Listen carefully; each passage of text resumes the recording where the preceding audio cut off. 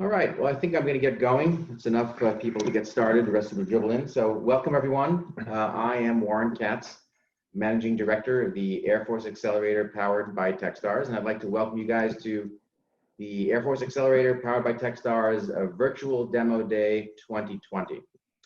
In the real world, we would have had this in person, which we all deeply regret, but we're delighted that we're able to provide this via video.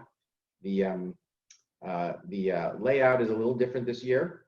All of the companies have pre-recorded their demo day pitches and were available to you starting earlier today.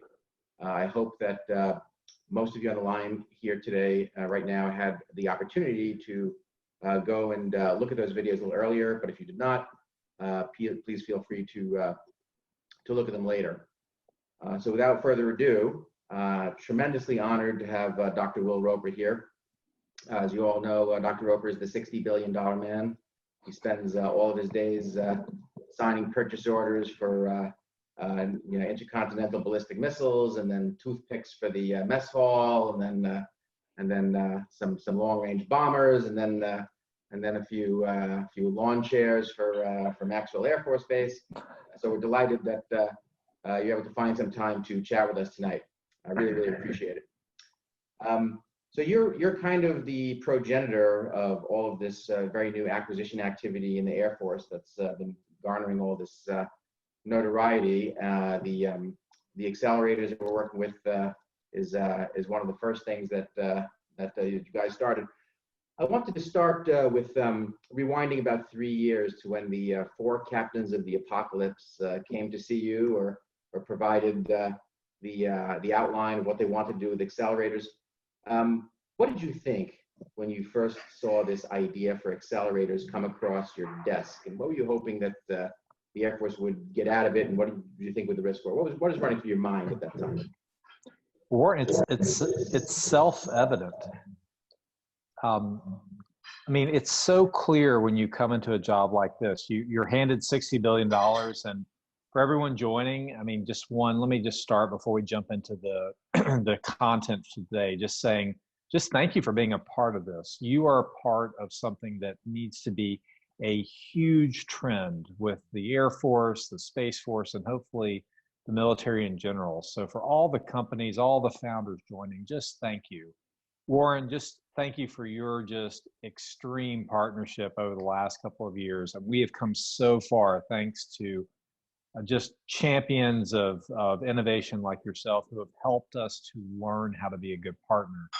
And that is what jumped across from the amazing captains that I've had the privilege to work with for multiple years, is that this is self-evident.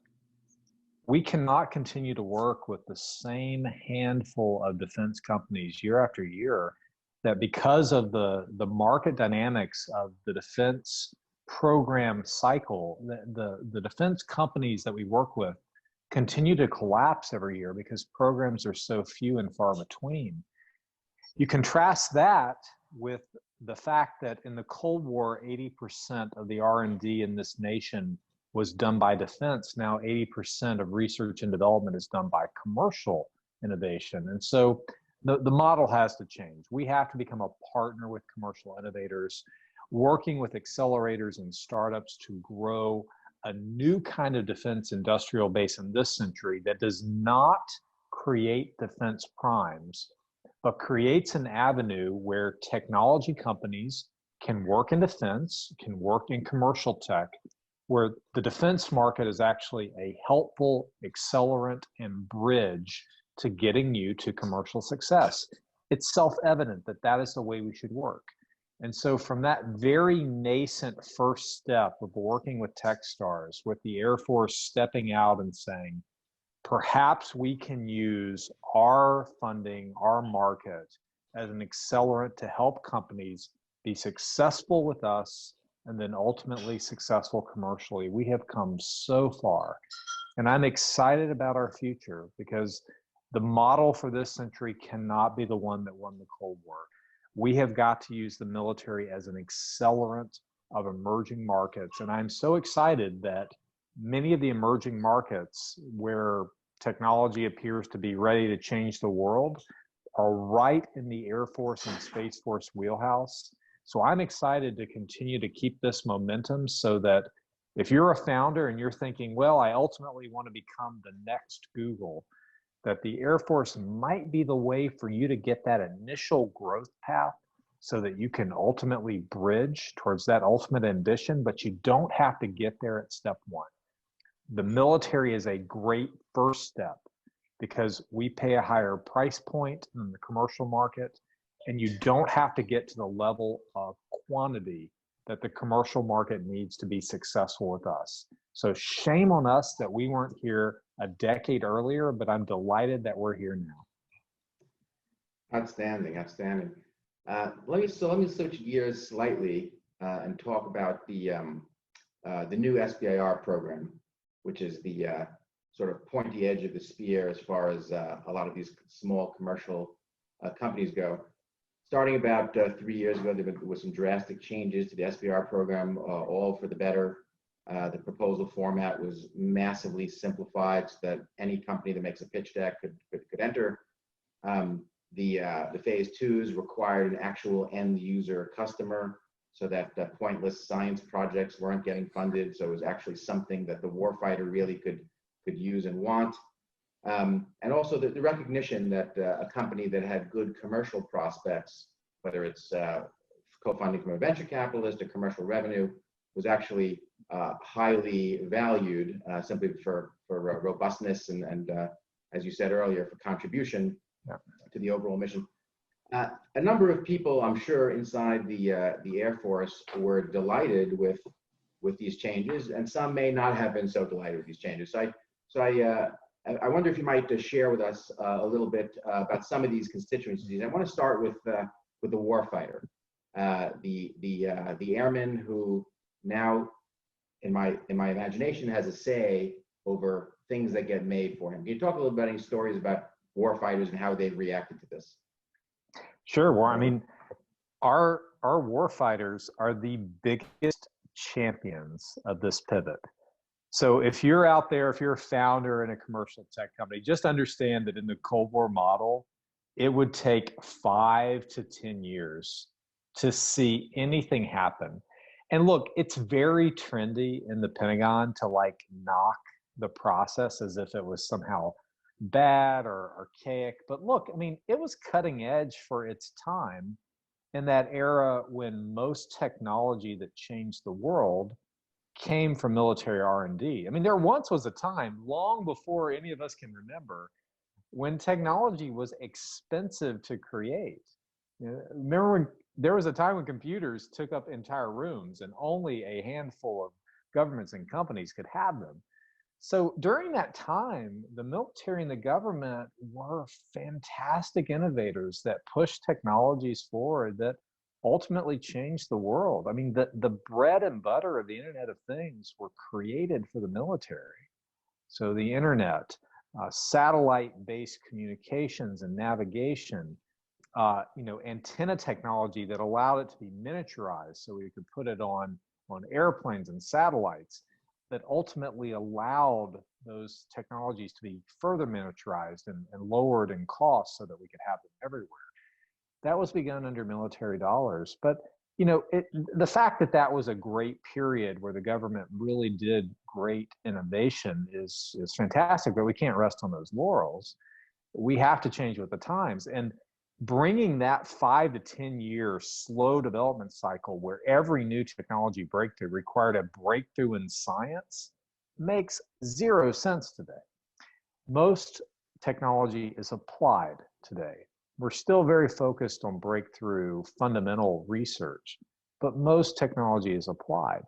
So for a warfighter that has a need, the expectation should be it can be solved while they're still in that position, not 5 years later.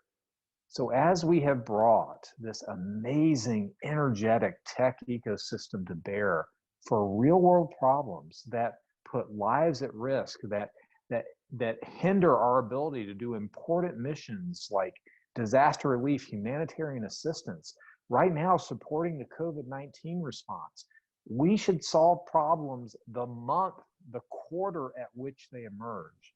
that is what the startup community is allowing. So the warfighters are cheering us on, saying, how much more of this can we have? So we have got to do a better job of exposing the startup and tech ecosystem to our problems. We have amazing problems, amazing people. You can have an impact that makes a difference now. And if we can bridge that to our larger purchasing market. So, sitting here today in the Millennium Falcon, which I now can acknowledge, we have one in the Air Force. See, I'm sitting in it. We are $60 billion a year. We can bridge a lot of technology successfully into the Air Force market, keep it safe, incubated, having real world impact as you work on getting your commercialization up to the level that you can break out of our market into the commercial one. We know sometimes that'll be a breakthrough in price, sometimes that'll be a breakthrough in performance, but we're a patient partner. And so we've made great steps, Warren, thanks to people like yourself who've worked with us and been held our hand and helped ensure we didn't go too far too fast. But now we've got to be able to do this at scale. So I think this next evolution for us is an evolution of scale. Excellent, excellent. Can you tell us a little bit about reactions that you've heard from commercial startups that would have otherwise avoided DoD business that have now come into the fold? Do you have any stories of those kind of interactions that have worked out well? There've been so many. I mean, we, from the very first pitch day we did, which was us showing that we could do a contract in 15 minutes, that we could put money in your bank account in 15 minutes. There was a very tearful story of a passionate developer that had to make the decision that week of whether they went back to the job they hated or they continued with their dream of creating a data analytics company. And that company is still working with us today. There are so many successful stories, and it's very trendy for me to just simply give you the successes. But what I want to share with all of the founders joining is that the process that we have today is still the one that we inherited from the Cold War. And if I were to print every law, every regulation that we have to follow, it would be over 8.5 pounds of paper, this huge tome of restriction that we have. So our ambition, Warren, is to try to get 1,200 companies into the door every year at an entry level where you can find your customer, your potential product market fit, then take the 1,200 to 300 to 400 at a medium level bet where we're putting $1 million or so into you to prototype your idea, to show that it has actual merit, that it can solve a real world problem, and then take those to 20 or 30 big bets per year. That we are doing that inside this 8.5 pounds of restriction that make it so difficult. So if you're a company working with us, if you happen to have that difficult challenge the first time, know that our team is working with something that is just a horrible process that we've inherited. We are working through the seams and side avenues, trying to hack this system that was never meant for today's age. Be patient with us as we work with Congress to try to change it. We are doing Herculean efforts every day to make it appear that it's easy, even if behind the curtain it's exceptionally challenging. So the stories we have in front of the curtain are fantastic, but know that behind the curtain, every now and then we drop the ball, every now and then it's too difficult. But we are committed to be the partner that will continue to work through those challenges. So be patient with us, because everything is difficult in government, but the benefit is when we get it right, we are a partner unlike any other. We are not owning equity in your company. We are patient in our investments. And when you are able to solve one of our problems, something that a warfighter needs, you could not find a more tried and true partner, because the real world impact you have in our mission means you're saving lives. And so you could not find a more fervent commitment from me and all the Air Force and Space Force acquisition team that works with you, because for us to drop the ball means we're putting risk in mission, and that is something we never intend to do on any given day. So be patient with us, Warren, as we work through this horrible system that we have. But so far, we have had so many successes. It motivates us to keep changing the system to make it easier to work with. That's awesome. Now I'd like to ask you a little bit about a constituency that you're actively reaching out to, the investor constituency, venture capitalists, private equity, angel investors who to date probably had a negative view of investing in companies that did defense work, mostly because the defense business was too slow, the money would never come, the company might get lazy and become a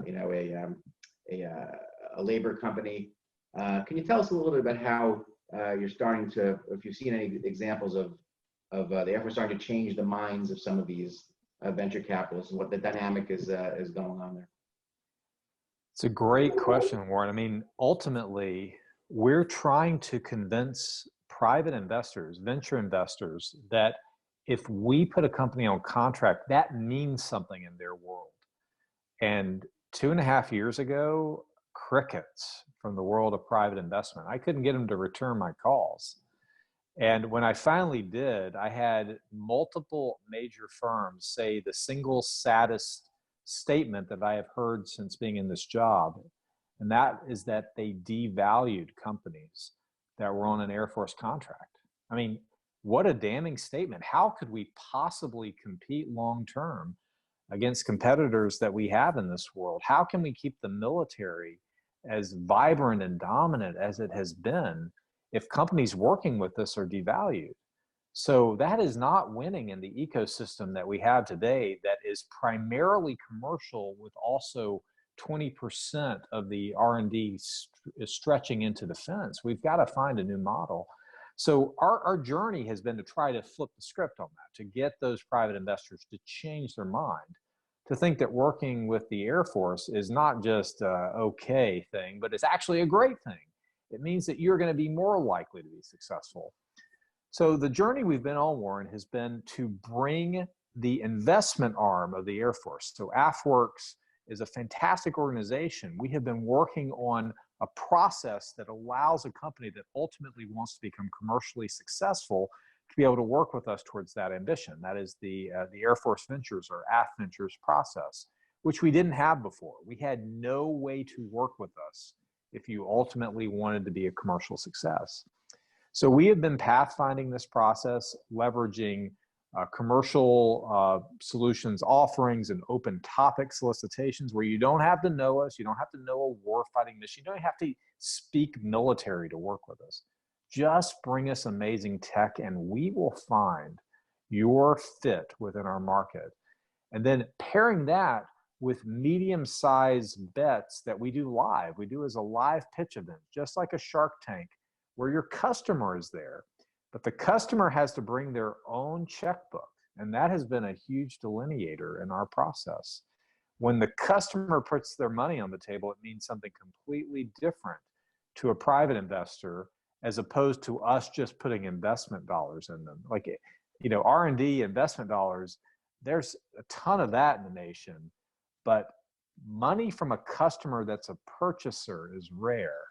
So once we brought that matching of the customer dollars with investment dollars, we started to see the wheels change. They started turning and opinions changed with private investors.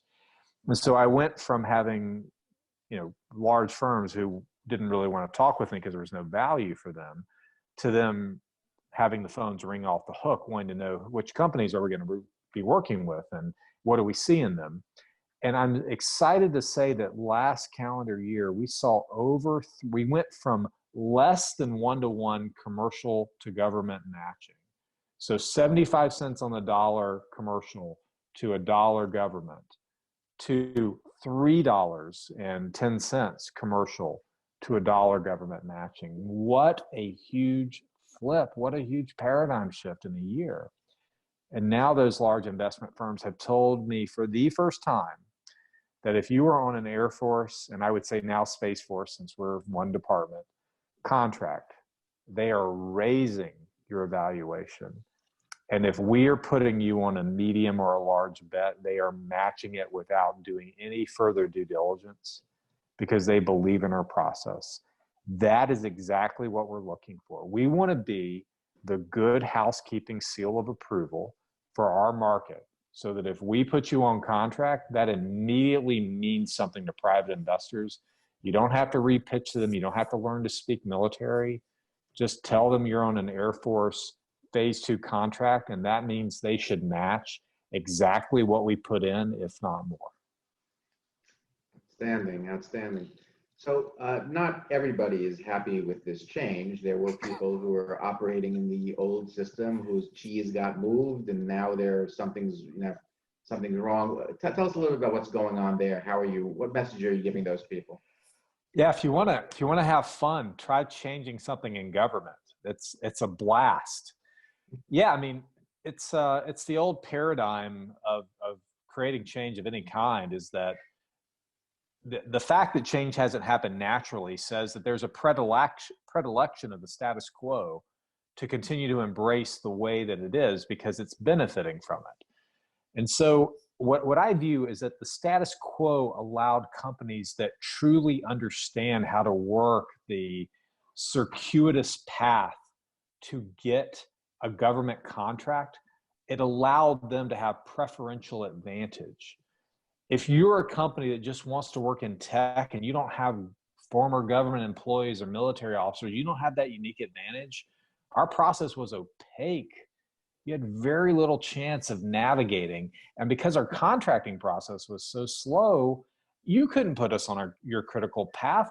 It could take you 6 months by the normal process to get a contract with us. So it benefited companies that knew the inside routes, that had revenue to be able to wait that 6 months. And we didn't get the vibrancy of the startup community and this tech ecosystem that is changing the world, and we want them to change our Air Force. We didn't get the benefit of that. So of course, there's a lot of antipathy to changing a system where a few companies that have benefited in the past will not benefit. I pulled the statistics from 2005 to 2019. The Department of the Air Force did $5.3 billion worth of small business investments. That's a lot of money. If you pull where 25% of that funding went to about 50 companies that were able to use the system well. What I'm excited to, and by the way, during that period of 14 years, only about $1 billion of private investment came in, which says that the money we were spending was not viewed as having a lot of private equity import. What I'm excited to say, in 1 year alone, last year, 1 year alone, we brought over 700 new companies into our ecosystem, which we're super excited about. And we eclipsed that $1 billion, about $1.3 billion of private investment brought in 1 year alone. So we flipped the script, and we are excited to have an open door to companies of all types. And if you're a founder sitting there thinking, well, I don't really want to be an Air Force company, you don't need to think of yourself that way. Think of us as having problems that span the entire world of technology. We do sensing, we do data analytics, we do healthcare, we do energy. We're pretty much the world of technology, and the sun never sets on our mission. And our mission spans the kinds of things you think about for the military, the sensing, the weaponry, the warfighting. But we also are the service that moves logistics around the world. So when there's a disaster and you're thinking, well, how in the world did all of those vehicles get there on that island far from home to start doing disaster relief? That's the Air Force that moves them. We move all the disaster relief vehicles that we have. We move medical supplies. the difference between having an Air Force and an air show is all this logistics support that can pick up and move around the world. That's so much of our mission that doesn't make the news, but it's so important for what we do. Yes, there are a ton of problems supporting that mission. So if you're a company thinking, well, I don't really think of the Air Force or the Space Force as a path to me being successful, our problems are a great way for you to be on our contract to start getting steady cash and revenue. Because if you're solving them, we're going to keep working with you. And the cool thing is that we can work with you at a different price point than the commercial market. So if you've got to have a little bit of time until you get your production capabilities up, maybe you've got a technology you're waiting for a breakthrough, we're patient on that. You're making a difference for us now. We can be patient and help you get to making a difference for the world later. And by the way, our ambition is not just simply to make the world's best Air Force and Space Force in the future. We want to help make a better military that makes a better U.S. industrial base. It's necessary now. And, I wish the world were, we're moving towards just a more peaceable future. I think everyone hopes for that. But, we're competing against countries like China that have a nationalized industrial base. So you're competing against companies there that have the full backing and sometimes the anointment of their government. And that is a huge, slope that you've got to walk up. It's a huge advantage for them. It's a disadvantage for you. Now, I'm a believer in markets.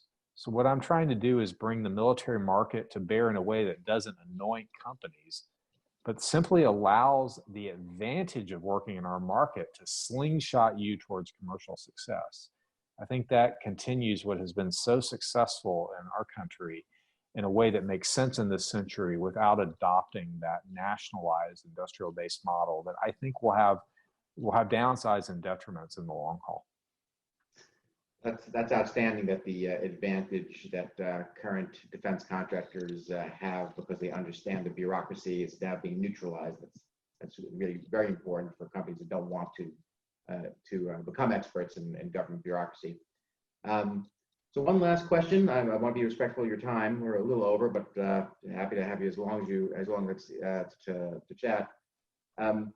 Through this new Air Force Ventures SBIR process, I have seen and heard a few companies getting through the phase 1 and the phase 2 and starting to generate interest in the big production runs of their products, the big money, if you will. And a lot of them are running up against this, internal requirements process. A few hundred of the pages of the 8 pounds of paper that you talked about earlier. Can you talk a little bit about what you guys are thinking about regarding piercing through or breaking through that natural impediment from, as you said, the companies can get a couple of $1 million in R&D money. That's pretty easy. That sloshes around. But what's going on with the breakthrough to the big bucks kind of contracts, which creates unicorns? Yeah, that is the final push through the cocoon that we have to make in order to become beautiful butterflies on the other side. Transition has always been a challenge in government. Transition for us is getting out of the world of research and development into the world of steady production, steady revenue, steady cash flow that comes from the big dollars that we spend in acquisition. A little known fact is that there are small business set-asides in every major program. It's about $11 billion or so across our entire Department of the Air Force. That is money we have relegated to the primes to spend. We allow them to work with you. And unfortunately, the terms are not always the best for companies like yours. They're the best for the big companies that we perennially work with. And I'm not knocking them. I mean, if we need to build a stealth bomber, there are only a handful of companies we can go do that with, and they're awesome airplanes. Come on, I mean, they fly over air shows, and we all feel really great about it. So I'm not in that habit of saying, hey, the primes that work with us are bad. And when I talk with them about you as an emerging, vibrant ecosystem that we want to encourage to work in defense, they are part of the market too. So, I represent $60 billion of purchasing power. The large defense companies spend significant resource on internal research and development, and they have to change too. I am encouraging them to change as well. And Warren, we did one Techstars event with BAE Systems, one of our major defense companies, that had the same rules that we have. They're not going to own your IP. We can't work with a company that wants to be commercial in nature and say, and I want you to have all of your IP owned by defense. It doesn't make any sense. BAE was willing to do that, and I'm encouraging our other defense companies to do that as well. What I view is that having our market open to you so that if you bring an interesting technology, you have access to either defense internal research and development, if it's a company, or research and development if you're working with the government, that has no strings attached other than you get to apply your technology earlier than the commercial market would allow. And then of course, what is it that we would require on the defense side? All I have asked of companies is, if you're bringing a new technology to bear, can I be one cycle ahead of what you're selling commercially? So think of the military as your ultimate beta tester. I mean, we will give you the data back, but what we don't want to have is to have things that might be vulnerabilities known by the larger world and also resident in our military systems. But if we can have a relationship with companies where we are able to work with you on a temporal fashion, where we're one version ahead of what is going to be eventually sold, then I think there's a new model that does not require the same IP restrictions we've had in the past. I'm encouraging our primes to come with us on this journey, because in the end, if you're an amazing technology company and you view working with us or any of the defense companies that make unique systems for us as a dead end, as a cul-de-sac on your path towards success, then we've already lost. We have the most amazing Air Force and Space Force today. We have systems that no one else can make. They're fantastic, and we all feel pretty inspired watching them, fly overhead. And there's so much that I wish we could share with the public that we can't. We are the secretive service that if we go to war, we bring a lot of capabilities that we expect our opponents not to know about, simply because that's how you win wars, is with surprises. We got there working with amazing companies that were the leading innovators of their time. In today's world, where so much of innovation is commercial, the innovation sphere is now bigger than defense only. And so my hope is that companies that are going to push the boundaries of innovation think of defense as that initial proving ground, a place where you can pathfind something earlier than you can with private investors. And the cool thing is, private investors have really embraced this, because we're a more strategic investment partner. We invest more in less de-risked technology. We invest much more in hardware than the private sector does. So I think we can play a synergistic role with this ecosystem as long as we don't get it wrong. So if you're coming with us on this journey, if you're in the pipeline or you're thinking about coming in the pipeline, help us be better and be patient with us. But ultimately, you're willing to work with us represents a pivot that we need to keep our military valuable and vibrant. And if we can't convince you that that's a good thing to do, then we're not going to lose today or tomorrow. But if we're not working with our nation's best innovators, then I know that we're going to lose ultimately. It's like the sands in the hourglass are flowing away from us, and I don't know the year that it'll end up being our detriment, but I know it will happen eventually. So we have to get this right. There could be no more important task for me. There could be no more important task for Air Force leadership. So I'm fully committed, Warren, to get this right. And talking with you and with Techstars and the amazing partnership we've had with you, exposing us to amazing companies, can be no more important endeavor for me. Even though there are programs that span, tens of billions of dollars, the most important work I do in this job is spending time with you and encouraging founders and companies everywhere that working with the military is a new model in this century that can allow you to become commercially successful in a way that helps our mission too. Outstanding. Well, I'll just ask you at this point, that was really great. I'll just ask you at this point, is any other messages you'd like to leave with this audience, which is probably a third venture capitalists, a third startup founders, and a third everybody else in our ecosystem? Any other thoughts you'd like to convey? We have huge ambition. This is our model now. We will either get this right or we will fail. We will fail in this model and eventually fail as a military. So if you're passionate about your technology and want to solve real world problems, if you're a patriot and you really want to help the military, or just simply think that given all the craziness in the world, that the open system of government, despite the fact it has its issues, at least allows, freedom of ideas, freedom of markets, and freedom of elections, that's the side to bet on. Just please help us. Don't unplug. Don't let an issue that we hit tell you that the system's doomed to fail. Progress in government is really moving to better problems. The problem we had in the past is we couldn't work with companies like yours. Now we can. The problem we have now is now we have to improve it so we can do it at scale, and help us get there. I can tell you, for the companies that have been through the first few classes that have graduated from Techstars and other institutes, we are so excited with the impacts we're seeing. We've had companies go from being on contract to making a real world difference for real world operations in less than a month. That is possible today. So we're all in. We want to be your investment partner of choice on the government side.